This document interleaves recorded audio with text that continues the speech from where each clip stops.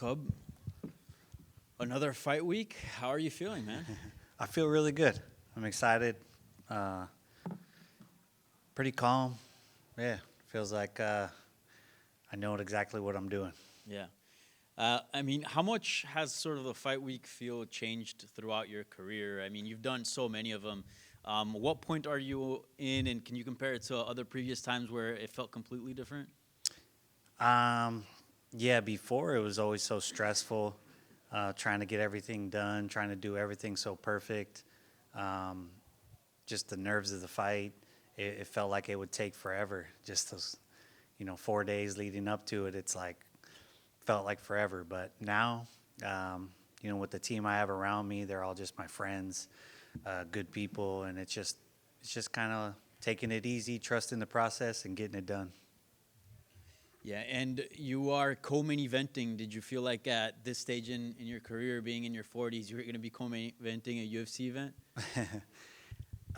It's funny because I never really put too much thought into it. I always would get a little bit upset that I'm never like notified that I would be co-main event because uh, if for whatever reason the main event falls through, there's the chance that they'd say, "Hey, Cub, can this be 5 rounds?" And it's like that is a completely different training camp, and just the thought of doing 5 rounds is always a little like, oh man, it's a whole other beast. So I always feel like it'd be nice to be notified that you're the co-main event just on in that Yeah. situation. But I'm just happy to fight wherever I am on the card. I know guys get mad about it, but at this stage of my career, I'm just happy to fight.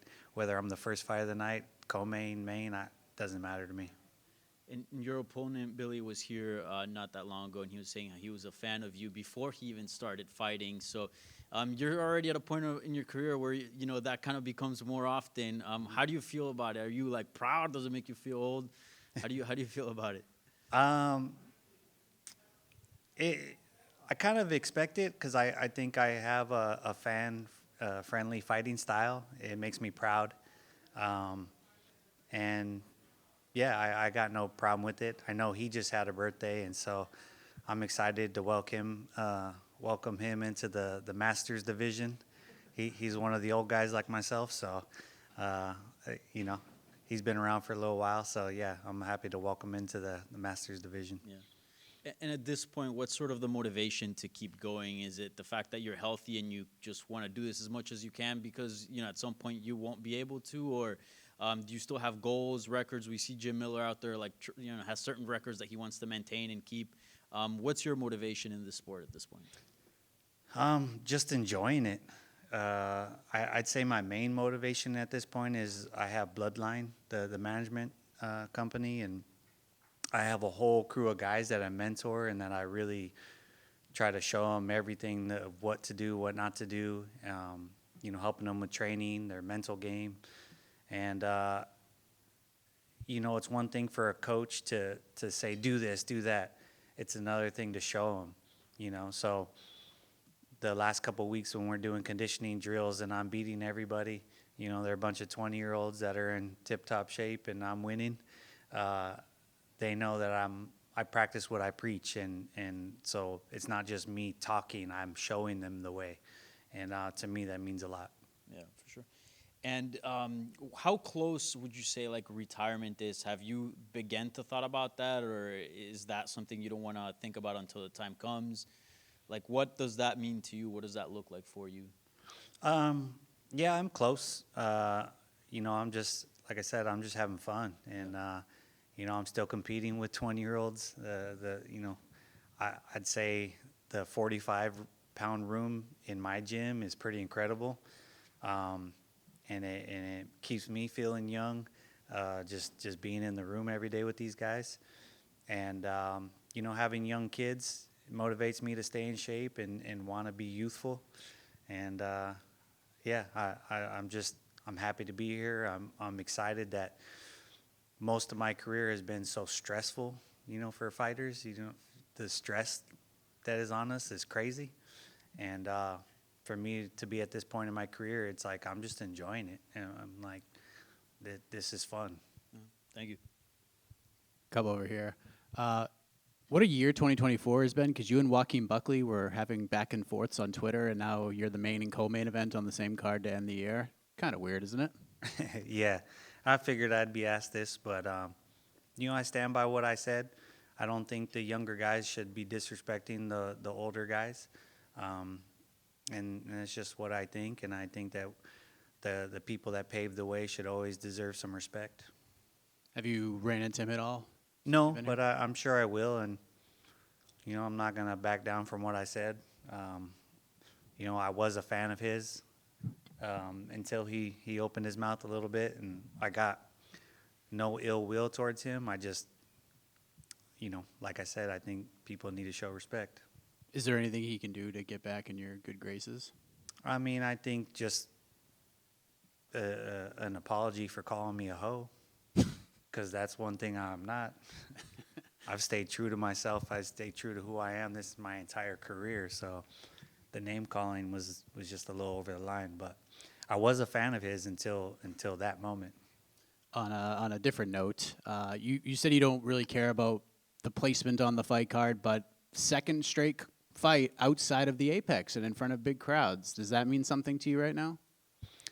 Yeah, it's more for me. I felt like I really enjoyed fighting at the Apex for a period of time because I just was so sick of having to cater to people, the fans, the close, people that have been around asking for tickets and all that stuff. And I just got to focus on just fighting for a little while. So that was nice. And then on the last one, hearing the crowd was like, oh man, it's been a while since I really felt this and heard this. And it was nice.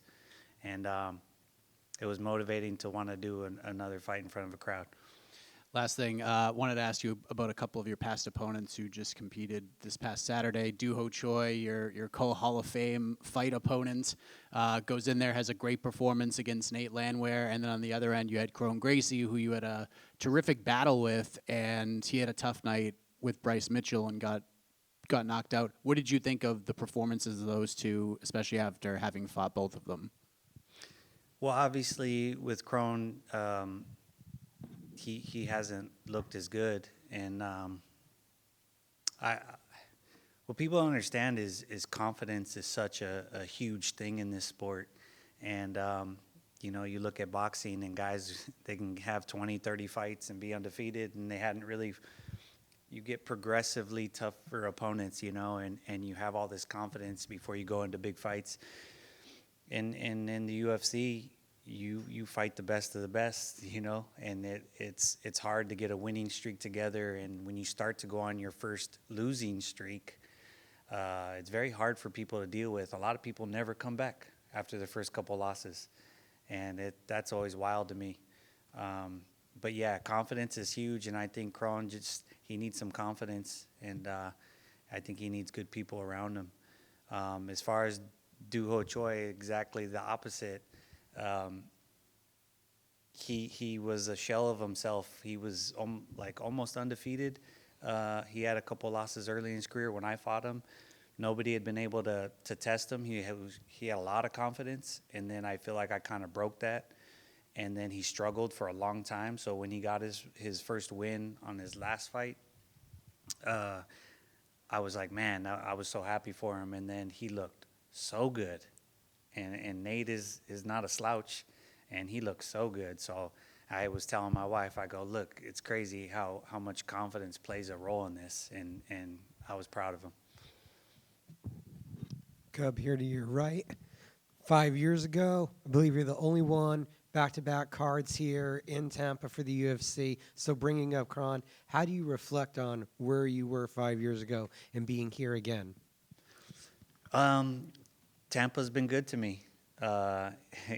Toronto has been has been the only place that I've done better at than Tampa. Tampa's been good. I'm undefeated here, and I've had good fights. So when I heard it was Tampa, I was like, okay, I'd like to go back there. I've always had a good time, so I'm excited to be here. And everything that you have your hands full with your Bloodline MMA, we saw was a very busy, successful week for you guys at LFA 198. What was the balance like for this camp, having their camps and your fight right after it? Yeah, I mean, as I've gotten older, I call it championship mentality, and that's what can I put on my shoulders and keep moving forward. You know, when I was a young fighter, I couldn't handle anything but the sport. You know, the pressure of the sport and being the best I can be, and then becoming a father and having kids and having to be able to have all those duties and still still be able to perform was difficult. And now having kids and then having a whole nother set of kids in a sense is another responsibility. But I was ready for that at this point in my career, at my age, what I feel like I can carry. Yeah, it's no problem for me. And I'll be honest, fighting is not my first priority. You know, it just can't be right now. But I'm still really good, and I love to do it, and I'll be doing it for a little bit longer. Thank you, sir. Cub, right here, brother. One of your brightest guys, Danny Silva, 2-0 in the UFC. I think he's got another one coming up. I think March of next year, possibly. How far is he going to go in the UFC? Because he looks like one of those stud freshmen that's coming in, right? He's a guy that I believe could be champion. You know, he has all the tools. With him, it's been a matter of belief, which he does now, which is always it's crazy to watch somebody that's so talented, and you just gotta encourage them and let people find their path. And if he stays motivated and does all the things, because it's a long path to the top, if he can do all those things, I believe he could be champion. And then when you talk about belief, another guy, Dan Argueta, he's going through a little bit of things right now. What do you say to a guy like that to encourage him to keep going and like, hey man, don't hang your head on what's going on right now type thing? Yeah, me and Dan Argueta have had a lot of talks. The crazy thing about Dan is he's such a competitor, and he will work harder than anybody, and to fall short, having sacrificed so much, has been pretty tough for him. But he's such a well-rounded person, and people love talking to him. People love his personality. I was like,